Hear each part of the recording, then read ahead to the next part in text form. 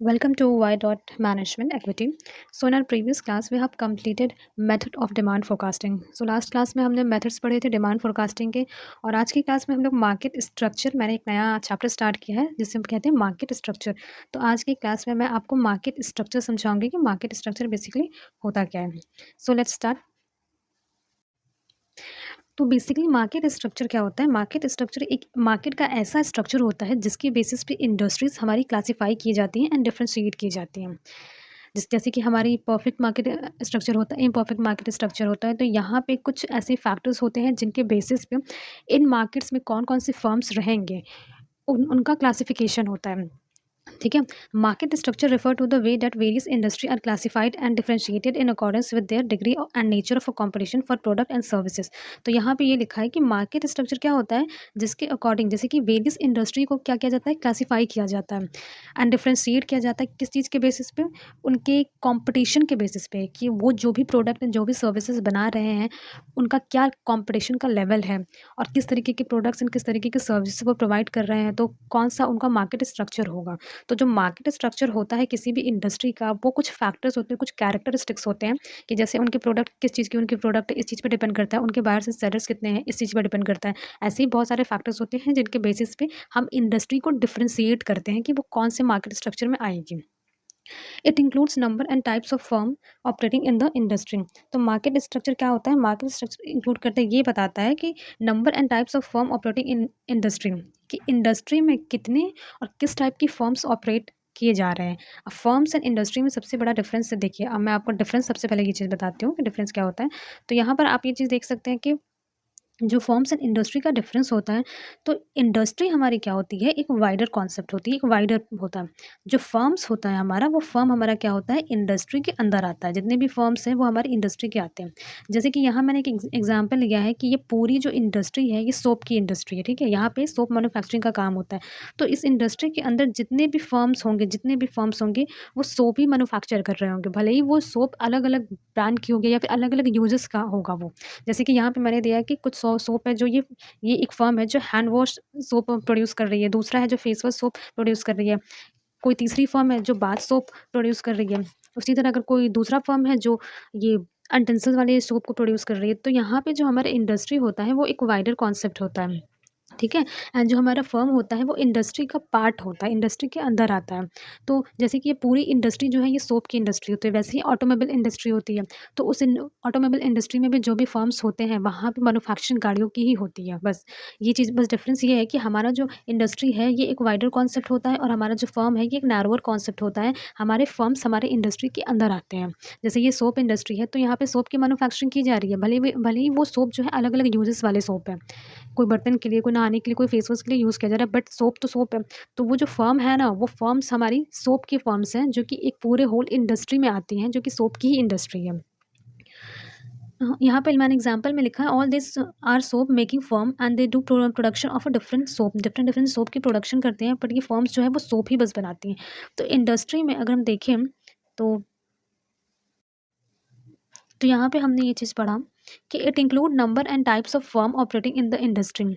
Market structure basically हमें ये बताता है कि हमारे इंडस्ट्री में जो भी फर्म्स ऑपरेट कर रहे हैं, कितने ऐसे फर्म्स हैं जो किस-किस कॉम्पिटिशन या किस-किस मार्केट को फ़ॉलो करते हुए ऑपरेट कर रहे हैं। जैसे कुछ फर्म्स होती हैं जो परफेक्ट मार्केट की होती हैं, कुछ ऐसे फर्म होती हैं जो इम्परफेक्ट मार्केट को फ़ॉलो करती हैं, कहीं-कहीं ओलिगोपोली होता है, कहीं-कहीं मोनोपोली होता है। तो ये सब जो मैंने आपको बताया ये सब मार्केट स्ट्रक्चर है, ओलिगोपोली, मोनोपोली, इम्परफेक्ट, परफेक्ट, ये सब क्या है, मार्केट स्ट्रक्चर है। तो बहुत सारी फर्म्स क्या होती हैं, मतलब different different firms different different market structure में इंक्लूड होती हैं। ठीक है? उसके बाद मैं आपको ये बताऊँ, यहाँ पे मैंने आपको ये चीज़ बताया कि टाइप्स ऑफ मार्केट स्ट्रक्चर, मतलब कि मार्केट स्ट्रक्चर के भी कई सारे टाइप्स होते हैं। जैसे कि आपने, अगर आप जानते हो तो देखिए, परफेक्ट कॉम्पिटिशन होता है, मोनोपोलिस्टिक और इम्परफेक्ट कॉम्पिटिशन। हमारा थर्ड है मोनोपोली एंड फोर्थ है हमारा ओलिगोपोली। तो यहाँ पे मैं इसको पूरा डिटेल में एक्सप्लेन नहीं करूँगी क्योंकि इसका मैं एक सेपरेट सेपरेट वीडियोज़ बनाऊँगी। तो मार्केट स्ट्रक्चर के 4 टाइप्स होते हैं, आप 4 टाइप्स आप देख सकते हैं यहाँ पे। ये जितने भी टाइप्स हैं ये एक मतलब डिफरेंट डिफरेंट कैरेक्टरिस्टिक्स पे बेस्ड होते हैं। मतलब कि परफेक्ट कॉम्पिटिशन का जो कॉम्पिटिशन है वो अलग होता है, जो कैरेक्टरिस्टिक्स है वो अलग होता है। ओलिगोपोली का जो कैरेक्टरिस्टिक्स है, मतलब कैसी-कैसी जो फर्म्स होती हैं, क्या कैरेक्टरिस्टिक्स फ़ॉलो करेंगी कि वो ओलिगोपोली कहलाएँगी। कैसी-कैसी फर्म्स हैं वो क्या कैरेक्टरिस्टिक्स फ़ॉलो करेंगी कि वो परफेक्ट कॉम्पिटिशन कहलाएँगी। Different firms are working under different market structure. जैसा कि मैंने आपको बताया कि जो डिफरेंट डिफरेंट फर्म्स होती हैं वो डिफरेंट डिफरेंट मार्केट स्ट्रक्चर में के अंदर काम करती हैं, ठीक है? और हर मार्केट स्ट्रक्चर का अपना कैरेक्टरिस्टिक्स होता है जो मैं आपको नेक्स्ट वीडियो में बताऊंगी, ठीक? तो यहाँ पे ये मार्केट स्ट्रक्चर है और डिटर्मिनेंट ऑफ मार्केट स्ट्रक्चर है। डिटर्मिनेंट्स क्या होते हैं मार्केट स्ट्रक्चर के? अब ये कुछ ऐसे पॉइंट्स हैं जिससे मार्केट स्ट्रक्चर को डिटरमाइन किया जाता है, पता लगाया जाता है कि हाँ, कौन सा मार्केट स्ट्रक्चर ये फॉलो कर रहे हैं। तो बेसिकली यहाँ पे ये चीज़ मैं आपको बताऊंगी कि मार्केट स्ट्रक्चर को पता लगाने के लिए क्या-क्या आप ऐसे पॉइंट्स लेंगे, क्या-क्या ऐसा आप बेसिस लेंगे जिनके बेसिस पे आप पता कर सकते हैं कि हाँ, ये कौन-सा मार्केट स्ट्रक्चर है, ये कौन-सा मार्केट स्ट्रक्चर है, मतलब कौन-सी फर्म किस मार्केट स्ट्रक्चर में इंक्लूड है। इन सारे पॉइंट्स के थ्रू आप पता लगा सकते हैं। तो पहला यहाँ number of a buyer and seller. देखिए, वैसे तो जितने भी मैंने आपको यहाँ पे टाइप्स ऑफ मार्केट स्ट्रक्चर बताए हैं, इन सबका जो कैरेक्टरिस्टिक्स होता है, जो डिटर्मिनेंट्स होते हैं, वो अलग-अलग होते हैं। लेकिन यहाँ पे ये मैंने 8 पॉइंट्स ऐसे कॉमन पॉइंट्स यहाँ पर मैंने आपको दिए हैं, जो पॉइंट्स आपको ये बताते हैं कि इन सारे पॉइंट्स के बेसिस पे जो 4 आपने टाइप्स ऑफ मार्केट पढ़ा, जो 4 आपने टाइप्स ऑफ मार्केट यहाँ पे देखा ये monopolistic, perfect competition monopoly, oligopoly, इन सब कैरेक्टरिस्टिक्स के बेसिस पे क्या होता है, डिफरेंशिएट किए जाएँगे मार्केट स्ट्रक्चर। तो यहाँ पे आप फर्स्ट देख सकते हैं, फर्स्ट क्या है, number of buyers and sellers. Number of buyers and sellers के बेसिस पे आप मार्केट स्ट्रक्चर को डिटरमाइन कर सकते हैं, पता लगा सकते हैं। कैसे में देखिए, यहाँ पे होता क्या है कि अगर मार्केट में बायर्स एंड सेलर्स किसी प्रोडक्ट के ज़्यादा है, किसी फर्म में, जैसे कोई फर्म है जहाँ पे सोप बन रहा है, तो वहाँ पे उस फर्म के जो कस्टमर्स हैं वो ज़्यादा है, उनके प्रोडक्ट के कस्टमर्स ज़्यादा हैं सपोज़। तो यहाँ पे क्या होगा, अगर बायर्स एंड सेलर्स अगर मार्केट में ज़्यादा हैं किसी प्रोडक्ट के, तो सेलर के पास ये ऑप्शन नहीं रहता है कि वो प्राइसेस में किसी भी तरीके का फ्लक्चुएशन ला सके। अगर कस्टमर्स ज़्यादा हैं तो, ठीक है? कस्टमर्स ज़्यादा हैं, मतलब कि सेलर्स ज़्यादा हैं अगर, तो प्राइसेस में किसी भी तरीके का वो फ्लक्चुएशंस नहीं ला सकते हम। इसी तरह अगर आप देखें कि कस्टमर्स अगर ज़्यादा हैं, मतलब बायर्स अगर ज़्यादा हैं, तो बहुत ज़्यादा यहाँ पे अ, इसी तरह अगर कस्टमर्स अगर ज़्यादा हैं, तो यहाँ पे बार्गेनिंग बहुत ज़्यादा पॉसिबल नहीं होगी, क्योंकि मार्केट में अगर बायर्स ज़्यादा हैं और कोई भी कस्टमर अगर ये चीज़ कहता है कि मुझे ये 15 रुपीज़ वाली जो प्रोडक्ट है इसको आप मुझे 10 में दे दीजिए, तो वह उस मार्केट में उस प्रोडक्ट के लिए और भी कस्टमर्स हैं, वो उनको ना दे करके वो किसी और कस्टमर को सेल कर देंगे जो सेलर होंगे। इसी वजह से जब number of buyers and sellers ज़्यादा होते हैं, तो यहाँ पे प्राइसेस का फ्लक्चुएशन कर पाना उतना मुश्किल, मतलब उतना आसान नहीं होता है, मुश्किल होता है। सेकंड पॉइंट है हमारा इकोनॉमिज़ ऑफ स्केल। इकोनॉमिज़ ऑफ स्केल आपका ये कहता है कि इकोनॉमिज़ ऑफ स्केल ये है कि कहीं पे प्रोडक्शन, कुछ चीज़ों का प्रोडक्शन कुछ फर्म्स क्या करती हैं, लार्ज स्केल पे प्रोड्यूस करती हैं, कुछ स्मॉल स्केल पे प्रोड्यूस करती हैं। तो बेसिकली स्केल के भी बेसिस पे मार्केट स्ट्रक्चर को डिफरेंशिएट किया जाता है। जैसा कि number of buyers and sellers के बेसिस पे डिफरेंशिएशन होता है मार्केट स्ट्रक्चर का, वैसे ही स्केल के भी बेसिस पे यहाँ पे मार्केट स्ट्रक्चर का क्या करते हैं, मार्केट स्ट्रक्चर का स्केल के भी बेसिस पे डिफरेंशिएशन होता है।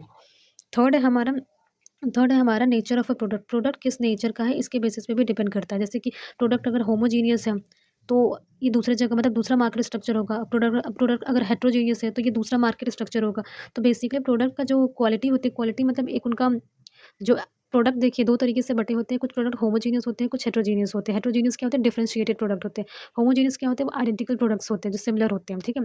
तो होमोजीनियस में सिमिलर प्रोडक्ट आते हैं और हेटेरोजीनियस में डिफरेंशिएटेड प्रोडक्ट आते हैं। तो इनके बेसिस पे हमारी क्या होती है, मार्केट स्ट्रक्चर क्या होते हैं, डिफरेंशिएट किया जाता है। फोर्थ है हमारा एंट्री बैरियर्स। अगर आप देखिए कि एंट्री एंड एग्ज़िट, मार्केट में आना या फिर मार्केट से एग्ज़िट करना बहुत ईज़ी होगा।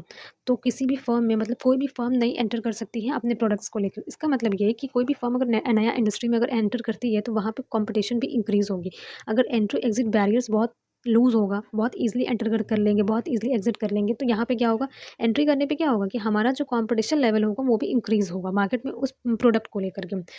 उसी तरह अगर एंट्री और एग्ज़िट में क्या रिस्ट्रिक्शंस लगे हुए हैं, तो रिस्ट्रिक्शन लगने की वजह से क्या होगा, जो हमारा कॉम्पिटिशन रहेगा, जो हमारे पहले से फर्म्स हैं, जो हमारे पहले से कॉम्पिटिटर्स हैं, उन्हीं के बीच में रहेगा।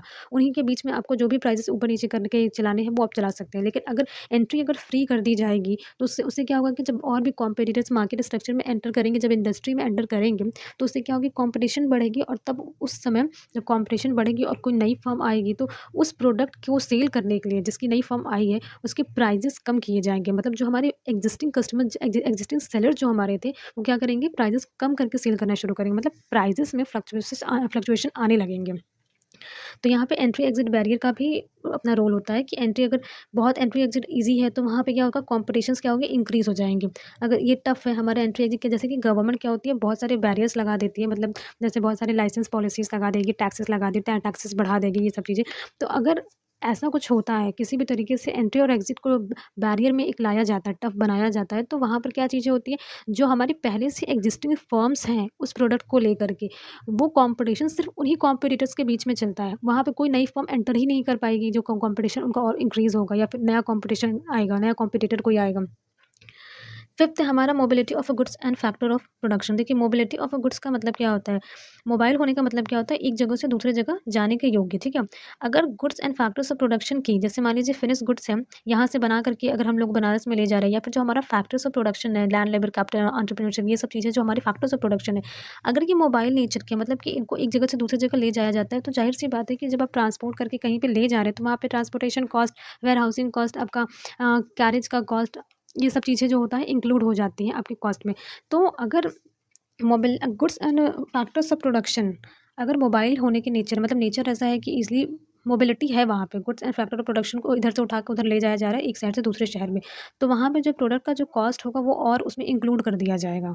जो भी खर्चे एक्स्ट्रा आए जैसे ट्रांसपोर्टेशन का या फिर कैरेज का कॉस्ट आया, वो सब उनके कॉस्ट में, उनके सेलिंग प्राइस में, उस प्रोडक्ट के सेलिंग प्राइस में इंक्लूड कर दिया जाएगा, ऐड कर दिया जाएगा। और इससे क्या होगा कि जो प्रोडक्ट की प्राइस जैसे इलाहाबाद में किसी प्रोडक्ट है उसकी प्राइस 100 रुपीज़ है, बनारस में जाने के बाद वही प्रोडक्ट क्या हो जाएगी 150 की हो जाएगी। ठीक है? तो अगर goods and factor of production क्या होता है मोबिलिटी है मतलब मोबाइल नेचर के हैं, इधर से उधर जाते हैं, ट्रांसपोर्टेशन होता है, तो उस प्रोडक्ट की प्राइस जहाँ से जहाँ तक ले जाई जाएगी उसमें उनकी भी प्राइसेस ऐड कर दी जाएगी, जो एक्स्ट्रा खर्चा लगा उसकी प्राइस ऐड कर दी जाएगी उसके एसपी में। ठीक है? लेकिन अगर goods and factors of production अगर मोबाइल नेचर की नहीं है, जो यहाँ बना यहाँ पे सेल किया जा रहा है, तो वहाँ पे कोई एक्स्ट्रा चार्जेस नहीं लगेंगे, इसीलिए प्राइस का फ्लक्चुएशंस भी नहीं होगा। और इन सब चीज़ों के बेसिस पे क्या होता है मार्केट स्ट्रक्चर डिफाइन किया जाता है कि अगर ऐसा है, मोबिलिटी है, तो कौन-सा मार्केट स्ट्रक्चर होगा, अगर मोबिलिटी नहीं है, तो कौन-सा मार्केट स्ट्रक्चर होगा। 6 6 पॉइंट है हमारा गवर्नमेंट इंटरवेंशन। गवर्नमेंट का किसी भी तरीके से इंटरवेंशन होता है मार्केट में, जैसे कि प्राइस सीलिंग करने के लिए गवर्नमेंट का इंटरवेंशन होता है। टैक्सेस लगाने के लिए किस प्रोडक्ट पे कौन से टैक्सेस लगेंगे, कैसा जीएसटी सिस्टम होता है, तो वहाँ पे टैक्सेस क्या होते हैं, टैक्सेस के रेट चेंज होते रहते हैं। किसी भी तरीके से गवर्नमेंट का अगर इंटरवेंशन होता है, तो वहाँ पे प्राइजेस फ्लक्चुएट हो सकते हैं। ठीक है, प्राइजेस फ्लक्चुएट हो सकते हैं। मतलब आप जैसे कि मैंने आपको पहले भी ये चीज़ बताया है कुछ वीडियोज़ में कि गवर्नमेंट अगर इंटरवीन कर रही है किसी कहीं पे भी, तो उनकी जो पॉलिसीज़ होगी या फिर उनकी प्राइसिंग स्ट्रैटेजी होगी या फिर प्राइस सीलिंग जिस भी तरह से वो कर रहे हैं या फिर सब्सिडी ला रहे हैं, टैक्सेस ला रहे हैं, इन सब चीज़ों के बेसिस पे भी बिज़नेस का या फर्म का जो डिसीजन है वो चेंज होता है। ठीक है? तो कहीं न कहीं कौन सी फर्म्स किस स्ट्रक्चर में काम कर रही है, परफेक्ट है, इम्परफेक्ट है, ओलिगोपोली है, मोनोपोली है, इन सब चीज़ों को मतलब इसको अफ़ेक्ट करने के लिए गवर्नमेंट इंटरवेंशन भी काफ़ी होता है कि आपका आपके मार्केट स्ट्रक्चर को डिफाइन करने के लिए या फिर आपके मार्केट स्ट्रक्चर को अफ़ेक्ट करने के लिए। गवर्नमेंट कुछ अगर डिसीजन लेकर आ रही है, तो कहीं न कहीं ये मार्केट स्ट्रक्चर को आपके अफ़ेक्ट करेगा। ठीक है? जैसे कि गवर्नमेंट क्या कर रही है, जैसे प्राइस को कंट्रोल करने के लिए कुछ स्टेप्स लेकर के अगर आ रही है, सब्सिडीज़ अगर लेकर के आ रही है, जैसे सब्सिडीज़ लेकर आ रही है, प्राइस को कंट्रोल करने के लिए कुछ लेकर आ रही है या फिर प्राइस सीलिंग अगर कर रही है, मतलब एक प्राइस सेट कर दे रही है कि हाँ, अगर ये वाला प्रोडक्ट है, तो वो इससे कम दाम पे नहीं बिकेगा। ठीक है? इससे कम दाम पे नहीं बिकेगा, तो इससे क्या होगा कि गवर्नमेंट का अगर इंटरवेंशन होगा, तो कहीं न कहीं ये मार्केट स्ट्रक्चर को अफ़ेक्ट करेगा। 7th एंड लास्ट पॉइंट हमारा ये है knowledge of a market condition. अगर मार्केट कंडीशन की आपको परफेक्ट नॉलेज है, अच्छी सी नॉलेज है, तो वहाँ पे क्या होगा कि मार्केट में कौन से प्रोडक्ट के लिए क्या प्राइसेस चल रहे हैं, कौन सी कमोडिटी किस प्राइस पे सेल हो रही है और उसी से रिलेटेड जो भी अदर कमोडिटीज़ हैं, उसी से रिलेटेड वो किस प्राइस पे सेल की जा रही है, ये सब चीज़ें कस्टमर्स को पता होंगी तो उससे क्या होगा कि किसी भी तरीके का उनको धोखा नहीं होगा। जैसे कि एग्ज़ाम्पल के तौर पे अगर मैं दूँ, जैसे कि जब फॉरेन टूरिस्ट जब यहाँ पर आते हैं, तो यहाँ के जो सेलर हैं वो क्या करते हैं, 100 रुपीज़ की चीज़ उनको 200 में सेल कर देते हैं। तो उनको मार्केट की कोई नॉलेज नहीं है। और मार्केट की नॉलेज ना रहने की वजह से उनको वो 200 भी एक नॉमिनल चार्ज लगता है और वो पे करके चले जाते हैं। तो यहाँ पे क्या है कि मार्केट की अगर परफेक्ट नॉलेज अगर आपको है, मार्केट कंडीशन की नॉलेज है कि क्या प्राइसिंग चल रही है, कौन सी इंडस्ट्री में किस फर्म की सोप ही है, तो क्या प्राइसिंग चल रही है सोप की, डिफरेंट-डिफरेंट सोप है, जैसे बाथ सोप भी डिफरेंट-डिफरेंट ब्रांड्स के आते हैं, क्या प्राइसिंग चल रही है, तो इसके हेल्प से लोग कंपेयर कर सकते हैं। तो ये कुछ ऐसे पॉइंट्स हैं जो हमारे मार्केट स्ट्रक्चर को डिटरमाइन करते हैं। बेसिकली मार्केट स्ट्रक्चर अगर मैं रिकैप करूँ, तो बेसिकली मार्केट स्ट्रक्चर हमको ये बताता है कि हमारी जो इंडस्ट्री है, वो किस बेसिस पे हम उसको डिफरेंशिएट कर रहे हैं, किस बेसिस पे उसको दिखा रहे हैं कि वो कौन से मार्केट स्ट्रक्चर में आई है। मतलब कि जो एक बेसिस होता है इंडस्ट्री को डिफरेंशिएट करने का, वो हमारा क्या होता है, मार्केट स्ट्रक्चर होता है। ठीक है? मार्केट स्ट्रक्चर के बेसिस पे हम उसको डिफरेंशिएट कर सकते हैं। देन उसके बाद मैंने ये चीज़ बताया कि यहाँ पे क्या होता है, it include number and types of firms operating in the industry. Market structure बहुत सारे हमारे क्या करती है, फर्म्स एंड इंडस्ट्री को इंक्लूड करती है अपने में। अब फर्म्स एंड इंडस्ट्री, आप अपने आप को ये समझ सकते हैं कि फर्म्स एंड इंडस्ट्री में डिफरेंस क्या होता है। इंडस्ट्री क्या होती है, हमारी फर्म को इंक्लूड करती हैं। मतलब कि इंडस्ट्री क्या होती है, सारे फर्म्स को इंक्लूड करती हैं। कोई भी एक इंडस्ट्री सपोज़ एक चीज़ में अगर डील वो कर रही है किसी चीज़ को मैन्युफैक्चर करने में, तो उसके अंदर जितनी भी फर्म्स होगी, वो उन्हीं चीज़ को मैन्युफैक्चरिंग करने में डील करती है। ठीक है? तो फर्म्स हमारी क्या हुई? फर्म्स हमारी इंडस्ट्री की पार्ट हुई, और इंडस्ट्री हमारा क्या हुआ? इंडस्ट्री एक वाइडर कॉन्सेप्ट हुआ जो कि फर्म्स को इंक्लूड करता है अपने अंदर। उसी तरह हमने फिर नेक्स्ट देखा types of market structure. Market structure मतलब किस-किस टाइप के हैं, कैसे-कैसे मार्केट स्ट्रक्चर होते हैं। तो मोनोपोलिस्टिक कॉम्पिटिशन जैसे, तो यहाँ ये इसको हम लोग इम्परफेक्ट कॉम्पिटिशन भी बोलते हैं, और यहाँ पे हेटेरोजेनियस प्रोडक्ट्स का सेल होता है। परफेक्ट कॉम्पिटिशन में अगर आप देखें तो परफेक्ट कॉम्पिटिशन क्या होता है, जहाँ पे large number of buyers and sellers होते हैं। उसी तरह ओलिगोपोली में अगर आप देखें तो यहाँ पे कुछ मतलब कि कुछ ही ऐसे सेलर्स होते हैं जो उस प्रोडक्ट को सेल करते हैं। और मोनोपोली तो आप समझ ही सकते हैं, जहाँ पे सिंगल सेलर विद बहुत सारे बायर के साथ होता है। ठीक है? तो यहाँ पे हमारा क्या है, ये मार्केट स्ट्रक्चर है जो कि नेक्स्ट वीडियो में मैं आपको इन डिटेल इसको समझाऊँगी। उसके बाद मैंने मार्केट स्ट्रक्चर के बारे में आपको बताया कि मार्केट स्ट्रक्चर मतलब डिफरेंट मार्केट स्ट्रक्चर को डिटरमाइन करने के लिए कुछ यहाँ पे पॉइंट्स दिए गए हैं, कि अगर इन सब चीज़ों को अगर हम लोग अच्छे से एनालिसिस करेंगे तो हमें पता चलेगा कि हाँ, कौन से मार्केट स्ट्रक्चर में ये फर्म हमारी रन कर रही है। ठीक है? तो फर्म किस मार्केट स्ट्रक्चर में हमारी रन कर रही है, वो इन सारे पॉइंट्स के अकॉर्डिंग क्या होगा, डिटरमाइन होगा। तो यहाँ पे मैंने बेसिक जो था मार्केट स्ट्रक्चर का वो आपको कवर करा दिया। नेक्स्ट वीडियो से हम परफेक्ट, इम्परफेक्ट और मोनोपोलिस्टिक, मोनोपोली, ओलिगोपोली के बारे में समझेंगे। Thank you.